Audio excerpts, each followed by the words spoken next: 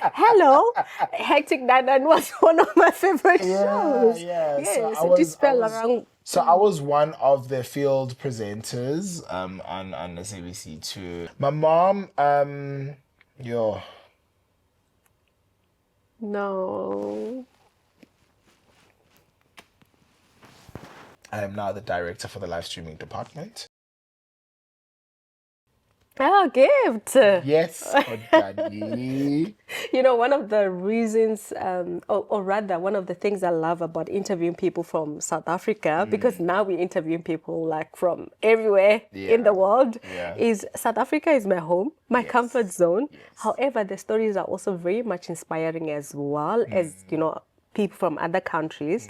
But I'm more comfortable with people from South Africa. Because it's nice to connect. I can relate to Bahago. Yes, it's a home. Like I understand the stories and yeah. So, Gift, welcome to Career and Corporate Hub. Thank you for having me. I'm so happy to be here, and I'm looking forward to our conversation. Yes, definitely. You know, funny enough, when I met Gift, my first impression was like, "Oh, this guy is very stylish." Aw, thanks. Everywhere you meet Gift, he's like, yeah, on top of. I don't know, Thank you. but he's a celebrity in China. How about By the all way. A celebrity. Gift ke celebrity I go China, but. Like everyone knows Gift. Oh my gosh. Oh, but thank you so much for honoring my Thank you so invite. much for having me and for inviting me. I'm so glad to be here, and yeah, let's get into it. Yes, definitely. So we just gonna start about who Gift is, where you come from, where you grew up, and yeah, we take it from there. Okay. Gift is Mfanako Soweto, Deep Kloof Zone 2, and then moved to Protea South. And then also then grew up in Nelspruit and Mpumalanga. Okay. So yeah, I have 3 siblings. The one is late, unfortunately. Sorry to hear. And yeah, I grew up in a very warm, loving home, you know. My parents are no longer together, but you know, it was a really nice childhood that I had. Parents worked really hard to afford me the opportunities that I've had in life, you know. And so I've always been like inspired to travel, because that's one thing that like my parents instilled in me was, you know, the world is so big. Don't be comfortable in your little bubble. There's so much to explore out there, because my parents are also very big in traveling, you know. My dad stayed in Canada for some time. My mom would always like travel as well. Yeah. So And were you traveling with them yes. to these places? yes. Okay. And so from a very young age, I mean, I think I took my first flight when I was like 6 years old. That's my kid. Oh, very relatable. Right. You're just like, kids, I did not have this opportunity. Exactly. I'm giving you. Yes. So it was very eye-opening. And having to just like be exposed to like different cultures, different languages, different lifestyles, different food. Really opened up my mind. And so growing up, like the traveling bug really bit me, and I've loved it ever since. Yeah, and that explains where you are now in your career, which we're going to touch on it a bit later. Sure. However, I would like to know, like, where did you go to school? And yeah, maybe we can touch on that as well. So I went to Montana and Randburg.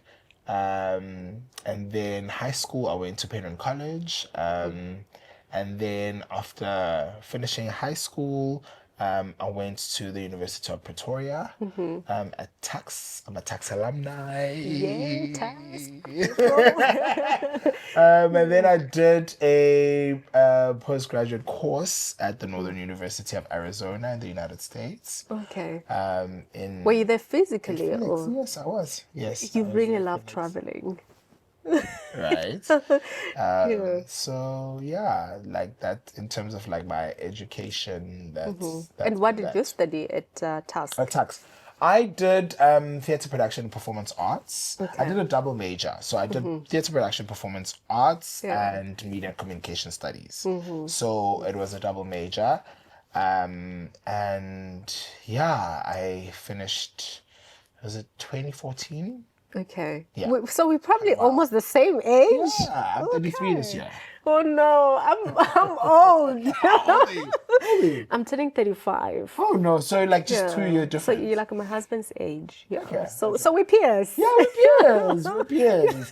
30s gang. When I say we peers to my husband, is like, no, you older than me. But he He's like, doesn't he's show. like, don't make yourself look young. I could not think you're older than 25. Nobody like think that. I mean, when they look at me and my husband, they Yes. think that he's way older Yes, than yes, me. yes. Yeah, but I mean, age is just a number. Just a number. Yeah. Absolutely. Yeah, and I mean, looking at what you've studied, like what inspired it?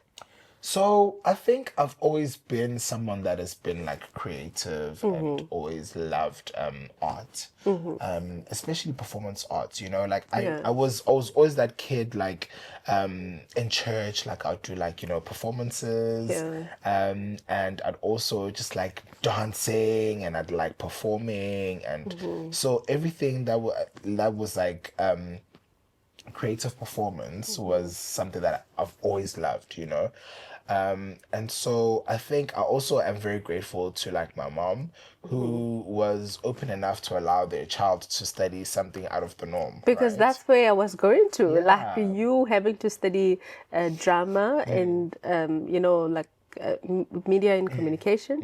It's like something that a black parent would say, A black parent hell would be like, no. no. Yeah, You are going to study all this traditional. Medicine, Yes. engineering.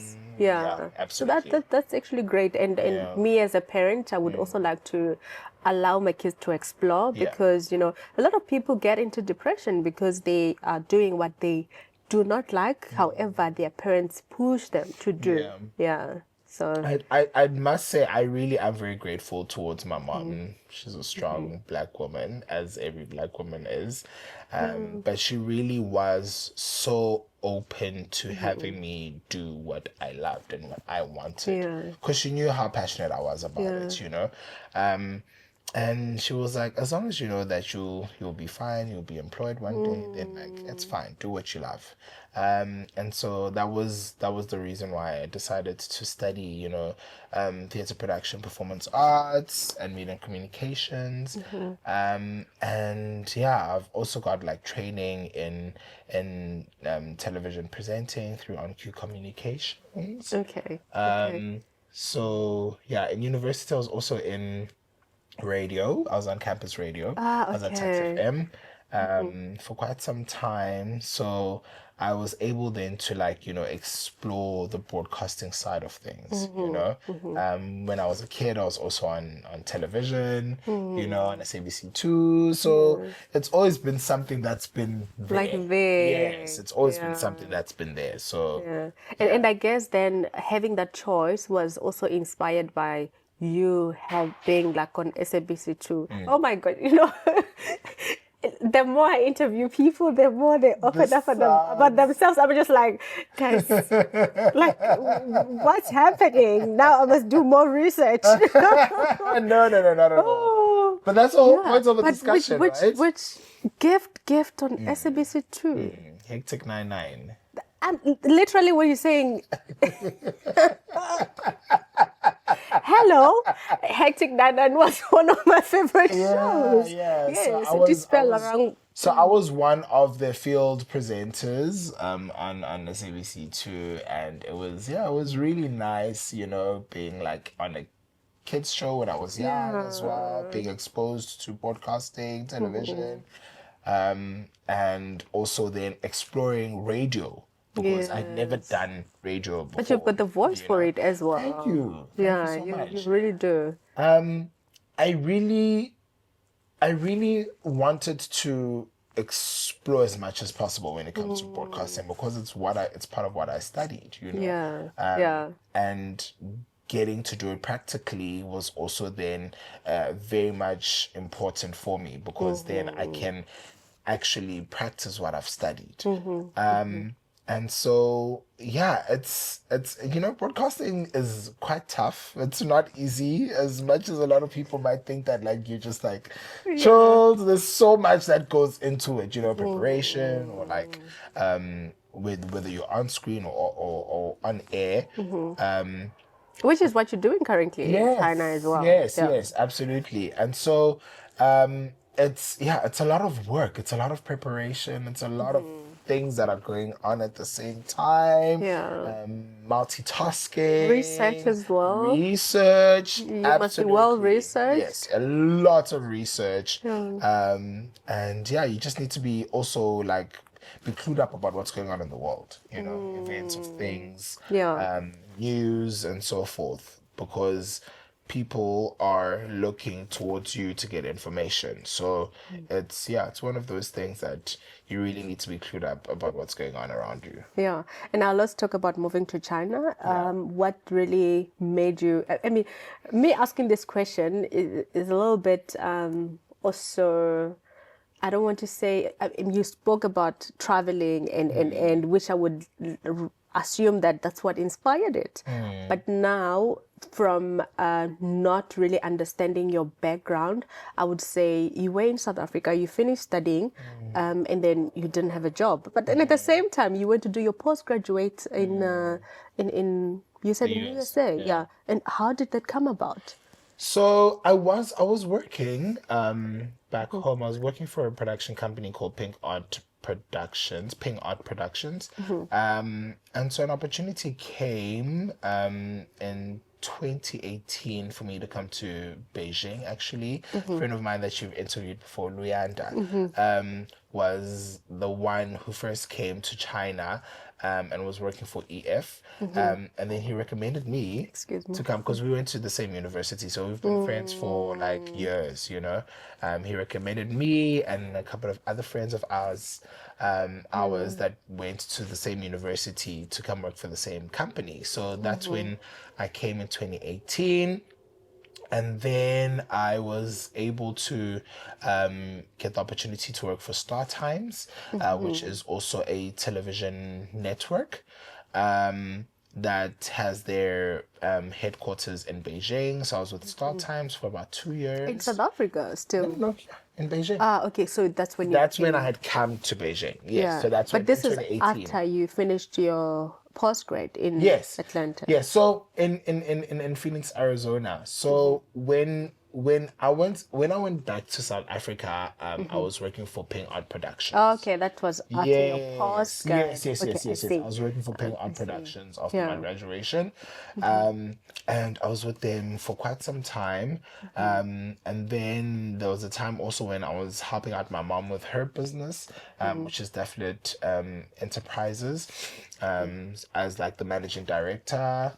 And then in 2018, when the opportunity, like Luyanda came to work for EF, that's when I Networking, come. guys. Yeah, Keep the connections. Important. It's very important. Like that's one thing that a lot of people don't tell you is Yeah. that contacts and networking is actually so vital. Yeah. You know? And when people say people are hired because they know each other, and I'm just like, although they know each other, but they know that you're going to deliver. Exactly. It's not just They a know matter you personally. Exactly. I'm bringing this person here. Yes. Just They know that you can deliver. You can deliver because it's also your Absolutely. reputation that you're putting on the line. line. That if I bring this person and they don't deliver, then it affects me as well Yeah, because everyone will be looking at me. So I'm actually glad that we touched on that Yeah, as you're well. right. Absolutely. Yeah, that you didn't shy away to say, look, this is how the opportunity came about, and this is where you story. are now. This is your story. Absolutely. So, Leander, shout out. Shout out to Lou. So then I was working for Star Times for 2 years. I was a project manager there and a television host.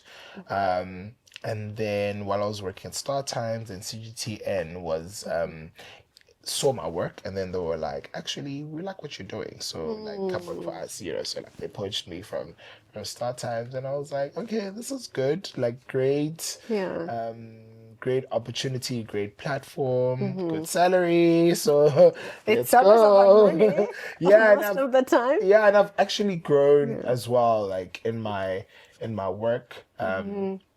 I am now the director for the live streaming department. That is huge. Yeah, Okay, so- what does it mean? Yeah, maybe Okay. before I said that is huge, because I'm just saying the word director. Yes. So Yeah, I what do you am in do? charge of everything that is live stream in the digital platform in like CGTN related. Wow. Yes. Okay. So I have my entire team is is in the live streaming team. They pretty much will pitch ideas, to me, and then like would have a look at like what it is that would go out. Yeah. And I would then also have to report to my chief director. But yeah, so I'm the director as well as, television host, producer, copy editor. So I wear a couple of hats. And how is that like? I mean, you're in China. Yeah. Very different from other countries. Yeah. The culture and just you being like a foreigner, having that role as well. Yeah. How is it like? I must say in the beginning it was very challenging because obviously the local staff might have felt like, who's this foreigner that's going to come tell us what to do, but Rightfully so. yes, but I was always very much really strong on making sure that my work speaks for itself. And once they started realizing that actually this guy knows what he's doing, they were like, okay, so now my team and I, like, we're really, really close. Like, we're really, really good. And, before we proceed, from that topic, that coming to China, people asking, who is this foreigner that's coming here to, tell us what to do? I think that's what I love about the culture here, that they can't easily trust until you give, you prove yourself, Whereas in South Africa, I feel like when you see somebody coming from outside already, before they prove themselves, you give them like, you put them on a pedestal. Yeah. And, it sort of like doesn't give much credibility. And also on our side, it's like we don't know what we're doing as well. So I think I love that about. But I think also, like, in South Africa, let's not be wrong, there's so much talent, there's so much skill, and I think because of our past, there's also just like mentally that thing of if you're from abroad, then like you might know better. And we lack to understand that we actually have such a good thing going on in South Africa, like within ourselves, like within our people. Like as I say, there's so much talent, there's so much skill, there's so much education, like there's so much, we know what we're doing. So Gift, I'm struggling with that, that we are so much stuck in the past where, yes, rightfully so, we were oppressed, but I feel like we are so much struggling to move on, where we have became so much of consumers that we don't really. Yes, I understand, but I look at. Just recently came back from South Korea and look at what South Korea has done about their country. Moving from being oppression, they've got Hyundai, they've got Kia, they've got LG, they've got Samsung. And you see all these beautiful things that they're building, but they were also oppressed. So that's when I was like, South Africa, the only thing that we talk is like, our past. But how are we moving forward and just, expose our talents? yeah.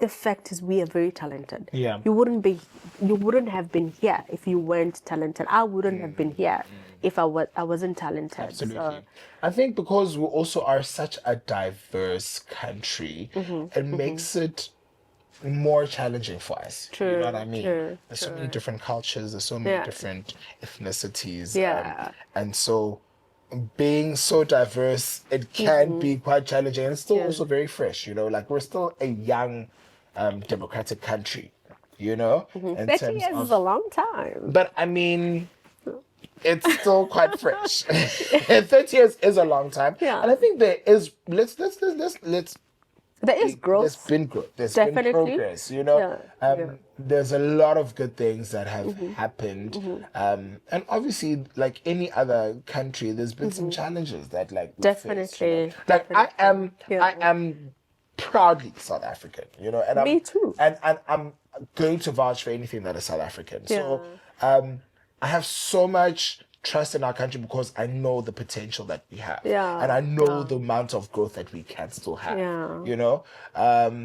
I just think that most South Africans also need to have the same type of mindset. Yeah, confidence. In order for the country to progress and in order to have like these kind of discussions, to have these conversations, you know, to challenge, you know, the status quo, to be like, okay, yes, we've had apartheid, we've had this, but now what is happening? Like, there's issues of unemployment, or there's issues of, you know, GBV or whatever. Let us discuss them. Let us move forward. Let's actually build continue building our economy, and making sure that, you know, we progress as a society for the generations to come, other South African generations to come. Definitely. And I posted another video on TikTok where I was showing that, you know, I mean, I make cars for a living, and somebody was asking, do you think we would ever build cars in South Africa, like our own brand? Like, this is actually, you know, a good discussion. Yes. You know, we need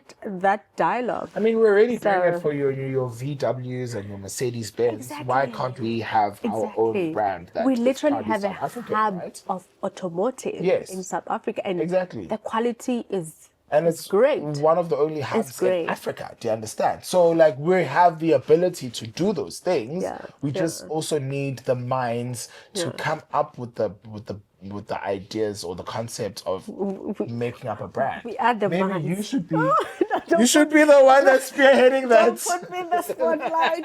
I actually don't like to have this type of conversations because, you know, when you're talking about, but we must produce cars of our own, and then I'm just like, but I do cars for a living. What am I doing about it, you know? No, but so it doesn't have to be now, but like it can be like a goal that is like, you know, for the future. You know? No, definitely. And the conversation is there. So it's also very good to have those conversations, you know? And how does your mom feel? Oh, bless my mom. She's and so the reason proud. I'm asking is because you sound like you're very close to your mom. Like she played a big role in your life. That's why I'm asking this question. Hello, Mom. Hi, Mom. Oh, I love her so much. My mom, No. Oh my gosh, I'm gonna give you now. See why I'm asking? Because I can tell. I can really tell the role that she played in your life. She's been through so much, but like she's also like, she's like my rock, hey? Yeah, and for disclaimer, Gift and I never discussed anything about his mom before. Just the way he brought up his mom so much, I can just tell that she's she's my inspiration. You know, growing up, like, I've always looked up to my mom as like, wow, this woman is like, you know, she's achieved. She's also like, so I come from a very educated like family. My parents are very well educated, you know, and so they've always instilled that idea of you need to be educated and like lead. What did they study? So my mom did education. She has 2 masters, one in education and one in business. Business studies, and then my dad has a PhD in finance. Oh my God. So and I'm the firstborn, I'm the eldest. So there was a lot of pressure on making sure that I also have to like follow in line, you know. But when it comes to my mom, she's always been such a leading force, you know. She's done so much, and I'm so proud to be her son, and she's really inspired me in so many ways, which is why I always want to be like a better person for not just myself, but for her as well, to continue being proud of me as her elder son. So she's been a big inspiration. That's why like we're so close, because I know she's gone through so much. You know, I've touched on like losing my sister, which was obviously her daughter, and a lot of events just really happened. You know, that has really hit hard for her, but she's always rised above them. You know, that's the resilience that I've been inspired by, is the fact that she's such a strong, powerful woman, even in times when she doesn't have to be, you know. And I think since I was like 5 years old, she would just speak to me as like her friend. You Which know, is great. as much as I was her child, like we would have conversations, you know, and that's what has stuck throughout. Her like being my mom, and obviously like my siblings as well. So yeah, man, love her down so much. Love you. Shout out, mom. I hope she sees this. I really hope she sees this. Yes, And, yes. that's the type of relationship that I want to build with my kids. Yes. And also the foundation that I would like to, to create for my kids. So I can really, I wish my kids can get to feel that way when they are old. Yeah. And now, I mean, moving to China, how has it been like? Like Okay, overall. so yes, overall, you know what? There has been some challenges and there has been some good times.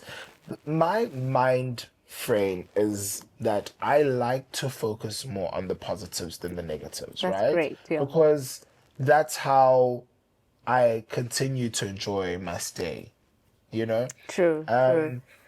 There's been way more positive things that have happened for me in China than the negatives. Yes, obviously, you know, there's the cultural differences, you know, the language barrier. Being black in China is also like a challenge, you know. But over the years, especially in Beijing, I've also seen the transformation where it's no longer that much of an issue, whereas when I had just arrived, Yeah. it was. You know, guys the created the staring- foundation for us. I guess we tried. I went to one club and it was almost everyone was from South Africa. Yeah. A lot of us black people. I was like, am I home? Am I in China or where am I? Yeah. Yeah, you've really created A community. great Yeah, that's the foundation. nice thing about being Yeah. in Beijing, is that there is such a community, you know, and I've loved it ever since I've moved here. But yes, there've been those challenges, but there's also been such great things, like meeting amazing people from all walks of life, you know, from different countries, and also just getting opportunities. One thing about China is that there's so many opportunities here. You know, true. it's such a big economy. It's such a huge force, and they're doing very well. I mean, from where they come from as a country to where they are right now, I mean, shout out. Like China has really done really good for itself. And talking about opportunities, one of the reasons why I was looking forward to have these discussions, or rather this discussion, is when somebody hears that you're working in China, they always assume that you are a teacher. I get that a lot, and I'm sure you get that a lot as well. Yes, absolutely. And I respect teachers so much. I think that like Definitely. that's one thing that is the most important thing, is education, and dealing with kids is a lot of work. I've got two. You would know. But honestly, I think being in the media space here has really been something that has challenged me quite a lot. You know? Let's talk about those challenges. Yes, it's been quite challenging in the sense that, you know, I have to be working with like the local staff, local Chinese people as well, that will be, you know, in my colleagues or my team. Or reporting to you, And with regard, yes, exactly. And so, you know, in the beginning, it will be sort of like, okay, as I said earlier on, like, who's this person that's going to like tell us what to do, or like, you know, not understanding maybe my cultural background.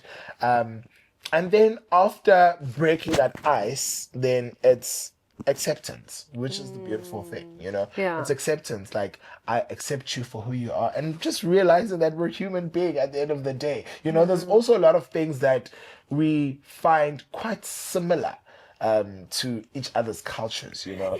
Like China has such a huge culture of, you know, like like respecting the elders as much as we do as So much Africans. like South Africa. And Oh South Africa, my absolutely. gosh. You know what I mean? Yeah. And even like rituals that they do, you know, South we Africans. just came from Chicken feet. chicken feet. That You you find eat. chicken feet and trotters. And trot Yeah, everything. and mohodu, they have mohodu, yeah, you know, and then you're just like, oh my goodness, this is so interesting. Like, it just like can be something that is the cultural similarities instead of the cultural differences. I thought I was Cultural alone similarities. actually. I thought I was Yeah. alone, but I Yes. saw that as well. I was like, sometimes it feels like I'm at home because Yeah. of the culture similarities. Yes, Yeah. yes. And so once we start realizing that and like focusing on that, like it becomes much easier in terms of like, you know, in the workspace and like my colleagues connecting with each other.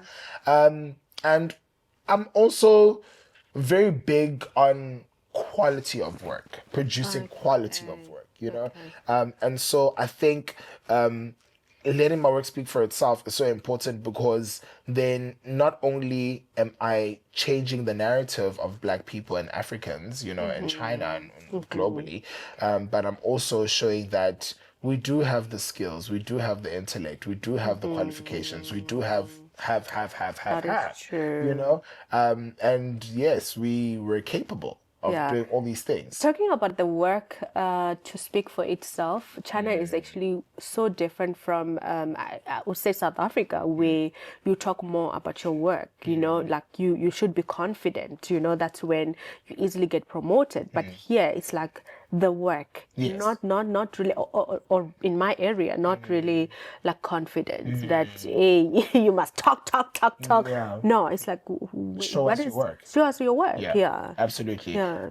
And I think that's how then I was also able to be like promoted, you know, at work, was through my work itself. Because you didn't start as a director, you started. I did where, it. I where did started you as start? a copy editor. Yes. And I mean, it's been how many years now? I've Four been working for started? 4 years now at What? CGTN, yeah. How did the transition, or rather the progression, come about? Yeah. I think so during my time as copy editing, I had then pitched to one of the leaders that I'd like to work with the live streaming team, you know, or do like on camera work. And with channel or with the digital side. Yeah. And so they reviewed it. I did like a couple of on-screen tests. And then I started doing a couple of camera hosting, you know, projects at work. And then I think they then saw that I have a whole lot of ideas that has helped them to also grow. Yeah. My bosses, I would say. And then they're like, actually, we like the direction that you're taking us in, you know. And then I was able to be promoted then, you know, and it's been a beautiful journey. Like it's something that I sometimes have to remind myself, it's, you know what, hey, doing the things in China. No, definitely. And we are flying. Yeah, so it's been a beautiful journey, you know. As I said, it's had its ups and downs. Yeah. But as a person, I do really like to focus on the positives, because there's been way more positives than negatives. Definitely, yeah. And you know, talking about you pitching ideas, it just hit my mind that nothing grows where you're not bringing in initiatives. So when you want to grow at work, you have to bring in initiatives. And I get this from almost everyone that I've interviewed, and they've grown in their career. It's always an initiative that they've brought. And the reason why I'm also emphasizing on this, I do get a lot of people saying that I've been here for the last 10 years. New people are coming up and they are growing. What about me? But They you need to at show myself. yes, you need to show the company or whatever that what is the value that you are bringing. Right? Yes, That's where the yes. pitching of initiatives Yeah. comes in. It's so important, because you help the company or establishment or whatever to grow as well. You know, if you're innovative, you're creative, if you have something that you always find a niche or a gap of what can be improved or what can be worked on, Yeah. and infiltrate that. You know, that's the most important thing. Whatever industry that you're in, you're in engineering, I'm in media, but there's always a gap that you can find to help a brand or a company to grow. And they're always looking, companies or brands, whatever, are always looking for that, you know, something that is a creative initiative that's going to help them grow. So that will also help you grow higher up in whichever position that you want to get into. And that's basically building credibility, right? I mean, how do you then advise someone that's like really shy to put themselves forward, or they doubt their ideas? You may find that they see the gap, however, they're not brave enough to say, can I, like, this is my idea. For you, I'm sure it was easy. I mean, you come from Hectic Nana, and you've done Varsity Radio. It's not like your first time, it's your comfort zone. How would you advise somebody that's like trying to get to that? And not only in media, but just in general, because this is applicable to like anywhere. So how would you? I'd say first, use the people that are around you that you trust as a source. You know, the most important thing is to get feedback. So if there are people around you, Feedback is not easy to take. It's not easy to take, but it's sometimes needed. You know, some people, sometimes, you know, there might be a lot of opinions that come your way, but you kind of also need those to be able to be like, okay, is this initiative good enough or not? But if you trust yourself, it's also very important, you know, because if you're very passionate about something, then you will see it through. So yes, have the people around you to be like, to bounce ideas off of, you know, someone that you can trust. And be like, I've got this idea, I've got this initiative. What do you think?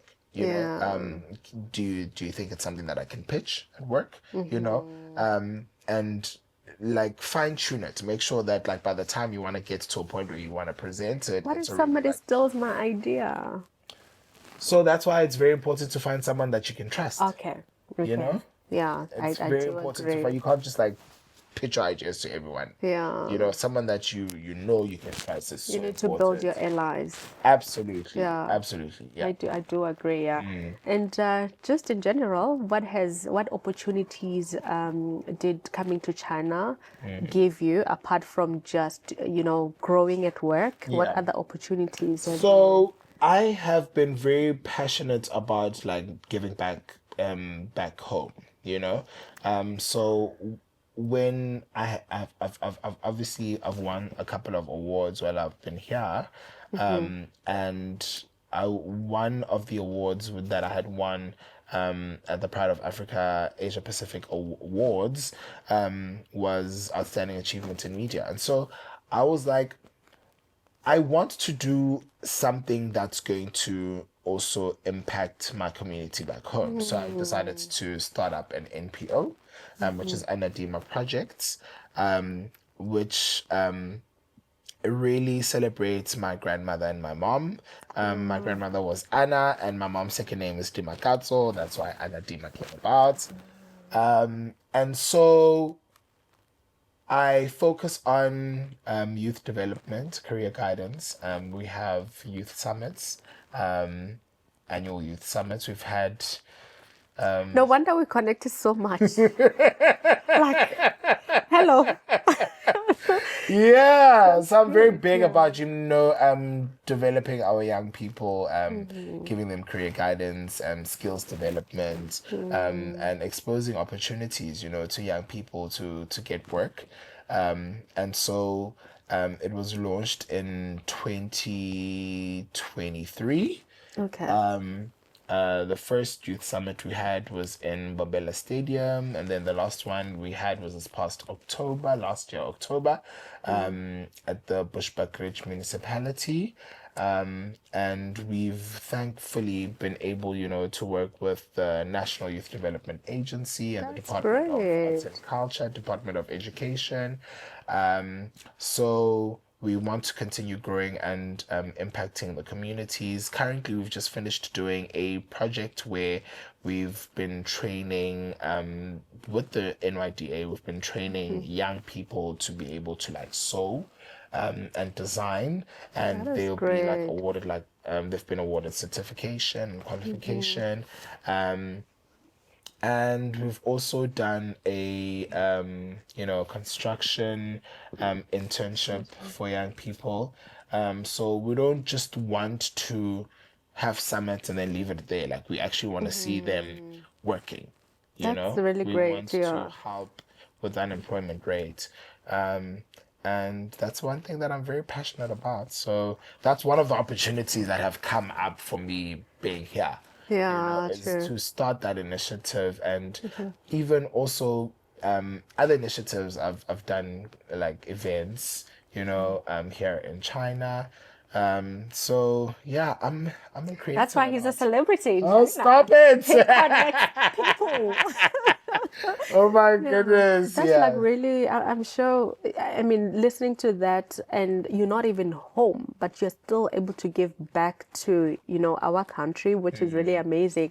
I mean, I looked at my project and I felt like, how would I do it in China? Which I would also like to understand how you do it. Like, that's the one inspiration that I've gotten from China, is that a lot of Chinese people always go abroad and then they always come back. They plow back to their country. That's one thing that we also need to start doing, the ones that are abroad will also need to invest back in South Africa. Yes. Because it's so important for us to continue growing the different industries back home, and go acquire the skills outside and then go back and assist the ones that are to come as well. And trying our best to then also open up opportunities for other people to come that will come after us. Yeah. And I mean, looking at you having lived in China for the last 6 years? 7 years. 7 years. Yeah. What are the downsides? Like, I mean, being away from home. Yeah. What are the downsides? Sure. There's been a couple of, downsides, especially because, during COVID, I was stuck here. And it was just a completely different time, man, globally, a global pandemic, being stuck in China, and losing family members was also really, really tough. And you can't travel And you because can't the country is travel. locked It's down. on lockdown. Yeah. So that's one of the really hard-hitting challenges that, I've had to go through, unfortunately, during my time here. And I think also just the way that things change, not being able to to be physically there with your loved ones. My siblings have grown so much. Like, I remember when I'd left home to move here, they were still, in primary school or high school. Oh my God. And now my sister's in university. And you're just like, what happened? Every single time, like, I go back, like, they're just so different. Like, they just keep growing, And how do you connect? I mean, I'm just like looking at the... Yeah, we try to have, our weekly calls. Okay, that's much our better. FaceTime. Thank technology, because we can do a FaceTime, and I can see their faces, and we can connect, and they can tell me about their lives and their stories or whatever's happening. I can tell them about what's happening with me, and same with my mom. Just trying to keep in touch as much as possible, because I just also don't want them to feel like I've alienated myself. They still are my loved ones. So even friends back home, like, I try to make time, and I've become more intentional with making sure that I also connect with the people that I love. Oh my gosh, I struggle with that. For me, it's like really more struggling to adapt with the different time zones, and catching up with friends and catching up with family has really been a challenge. When I go to bed, I literally put my phone on do not do not disturb. disturb, because then in South Africa it's still like the day, Yeah. and then when we are sleeping here, you also want to have like the quality of sleep. Yes, So I mean, I'm still struggling, and then give it during the time, though. day, Give it time. I hope I'll give get it there. time. You know, Yeah. And for me to get to this point, I also took time. Yeah. You know, it wasn't something that like just did immediately. You know, obviously with my family, like I would try to always like connect with them, but sometimes when I'm like we are you have your own things that you're facing, you're challenging, and you're challenged with, and you just want to deal with that. You know, you're a mom as well, and you're a wife as well, so Yeah. you have your family to take care of as well. You know, so there are times where you just need to give yourself grace and time. You know, and I it hope will I come. get there. I hope I get there. Yeah. will And you know, talking about like losing loved ones, I lost my uncle just when I was coming for look and see. That was the most hardest part. I mean, time of my life, because I was close with him, you know, and again I couldn't attend his funeral. Then again I lost my another uncle when I was here, and I mean, a flight to go home is not like very easy where you can just go. So I think for me that has been like the most difficult part about living abroad, and you know, I think a lot of people don't really talk about this downside. That hey, you know, anything can happen at any time, and you can't just fly. You know, I was in East London, but I was able to just fly back home. But now things are different. So yeah. And I mean, as we conclude, what would you advise somebody who would like to, you know, come into like the same journey? More especially, I'm just looking at somebody who studied drama. Like, how is it like in terms of employment in South Africa? Yeah. I would say that the most important thing is to build a network of contacts, right? That would be my advice. The more contacts you have, the better opportunities you're exposed to. That is really a huge currency, if I can put it. But also, I think that show yourself. Like if you're someone that is passionate about something, show what you have to offer. Show what you have to give. You know, actions speak louder than words. Definitely. You know what I mean? Definitely. And there's always going to be an opportunity that will pop up. So if you've shown yourself and you've proven yourself, then that opportunity will come your way. You know. So my advice would be make a lot of contacts. True. That would be my best advice, you know, because contacts go for life. They do. I mean, You that is have those so contacts relatable. for life, you know? Yeah. That is so relatable. And some people reach out to you when they see opportunities. So it's not just about you, like, you know, reaching out to them. Yeah. So that is so true. Yeah. And I mean, you've been in China for the last 7 years. What do you like the most, apart from the culture? Like, what do you like them? Can you speak Chinese? 我可以一点点 a little, but I think what I enjoy the most here is just the number one, the food. As much as people think that like the food in China is like really adventurous, but like there's also some quite good food in China, you know. There's also some quite good food. Quite a lot to explore. There's quite a lot to explore, the opportunities and the options. Yes, definitely. It's something I love so much. We have so many options here, you know, especially being like in Beijing, which is like a tier 1 city. You're really exposed to so many opportunities, but also the community that, like I was talking about earlier on, that we've built in China, like having, you know, support system and African communities. Like you guys are expat such a community. It's not just South Africans, also like an expat community. The expat community, you know. I think that's something that has brought me so much comfort and peace. you know, is having a community and knowing that there'll be events and things that will pop up that I would love that I can attend, you know. So those are some of the things that I've really enjoyed here. And even those the networking sessions have also been great, you know, because as I said, you meet people from all walks of life, and people that are in different industries. I must start to attend those. Yes, and I will invite you to. Please do. I will.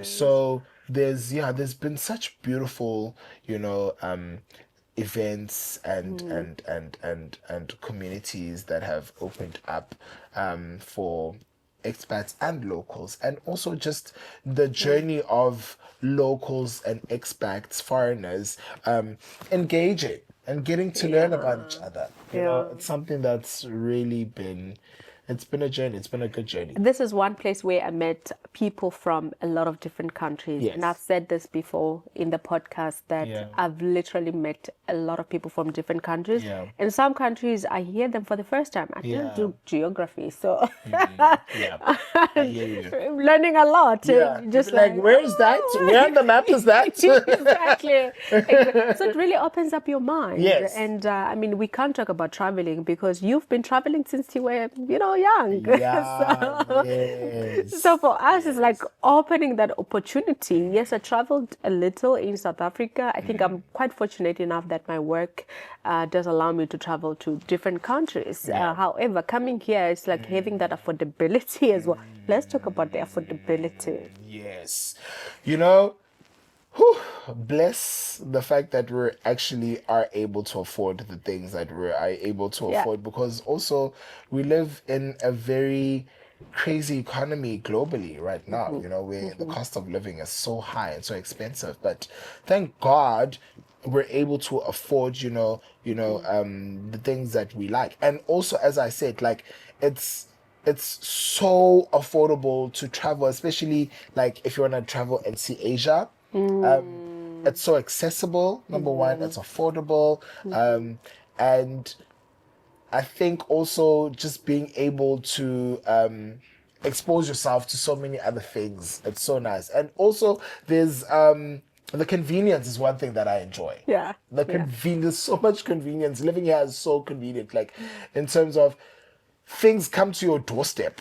Oh my gosh. You know what I mean? Literally don't leave my apartment. Yes. When I buy food, anything, it comes to your doorstep. Like you don't even need to go to a mall.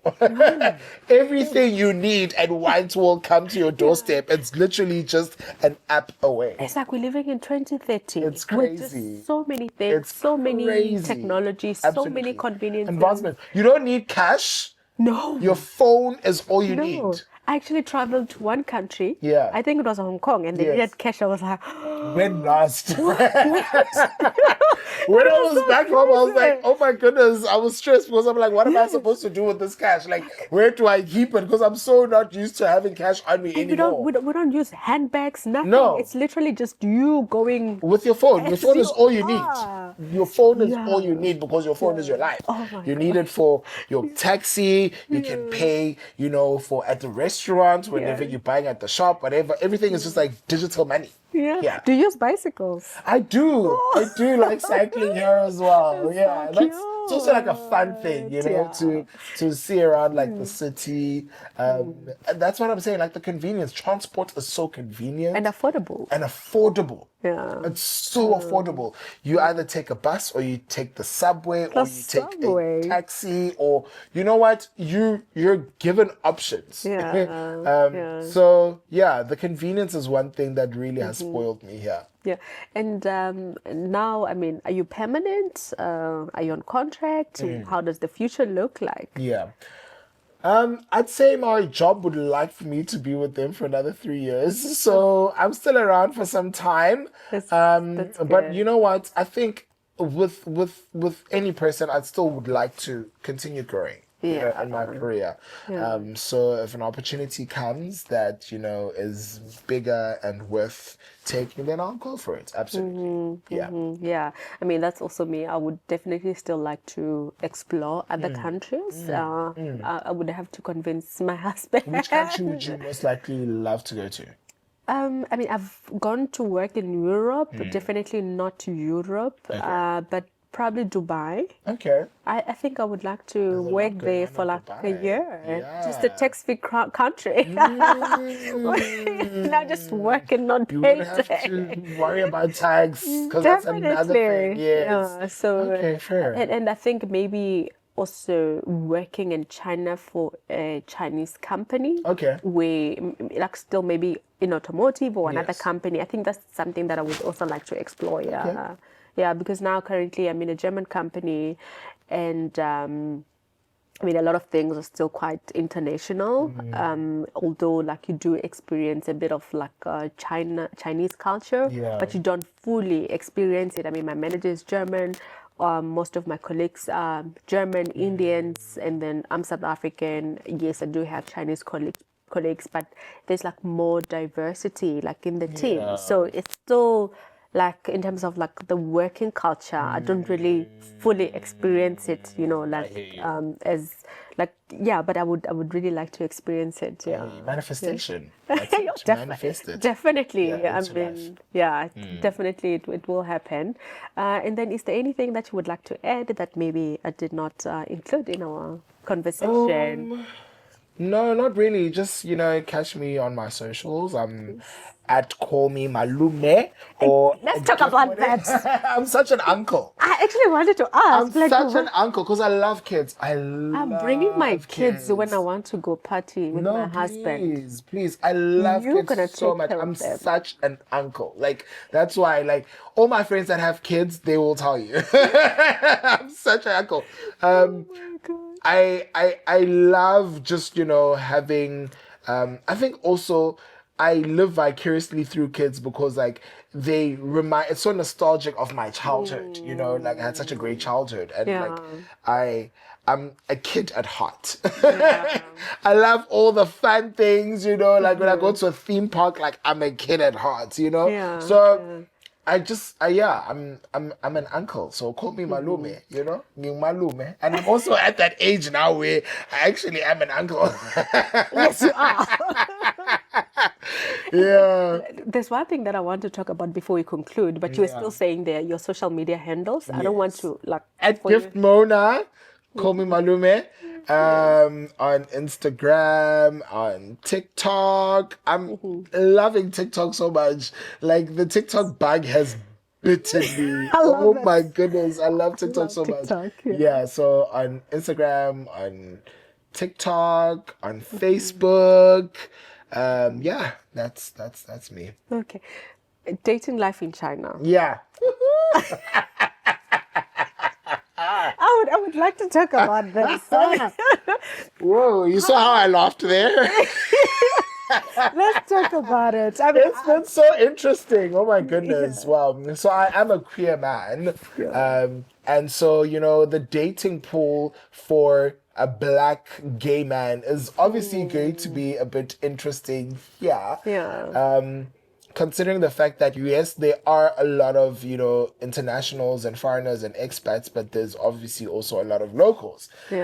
So it's been a roller coaster, and sometimes like it's been an intersections. You know that TV series Intersections. Somebody told me Yes. that here in China, dating is very much intersection. Intersections, It's yes. very tough to find your own person. Exactly, What's because happening? hey, she might mix. As There's a lot going on, but there's some people that have found love here. I mean, I just Definitely. attended last year my friend's wedding. They met actually at one of my events here in China. That's how they met, and they got married. So the one is South African, the lady is South African, the guy is American, and now like that's they beautiful. married. So they've been since situations where people have found love and are in really good committed relationships. And there was a time when I was also in a really nice committed relationship. Unfortunately,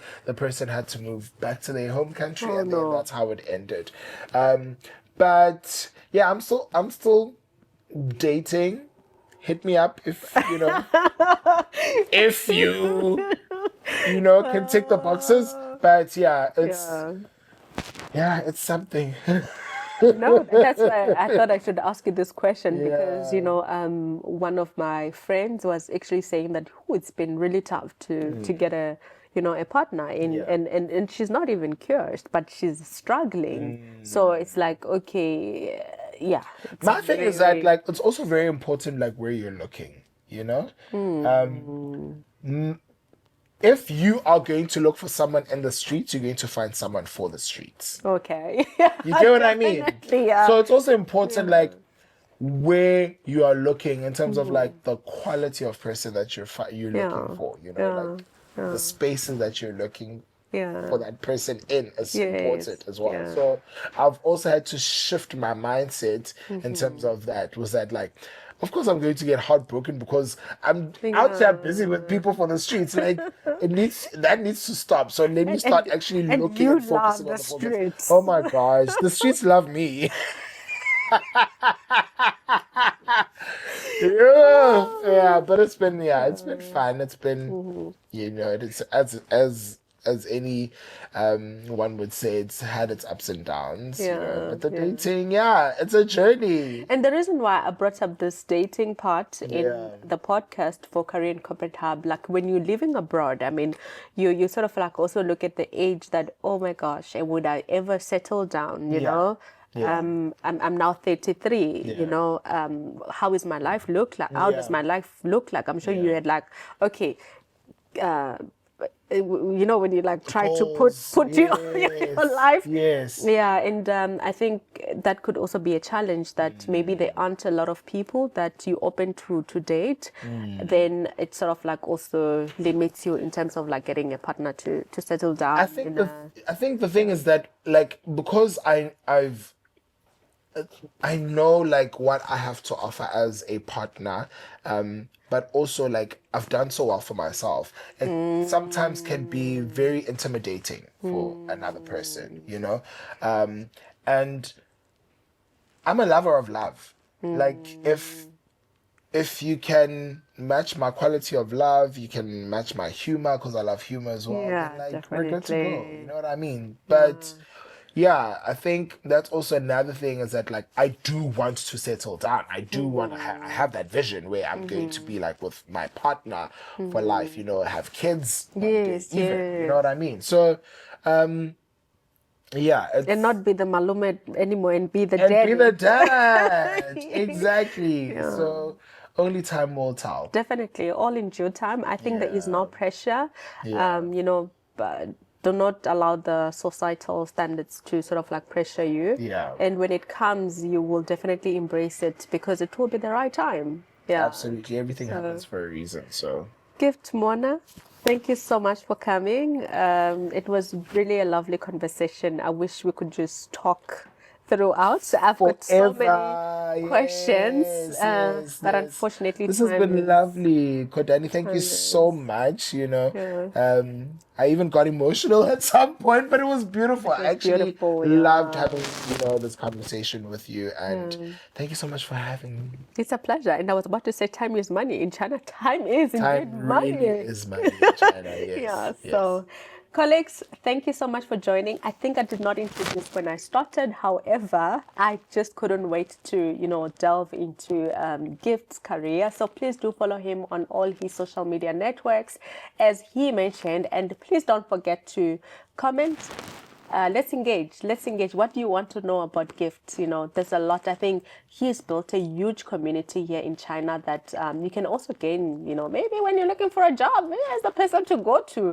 He runs an NPO, to support with also jobs. So, hey, this could be your right person to go to. So let's engage. Ask him whatever that you want to ask. If you want me to bring him back, we can definitely do that. And like, share, and subscribe. So thank you so much for joining.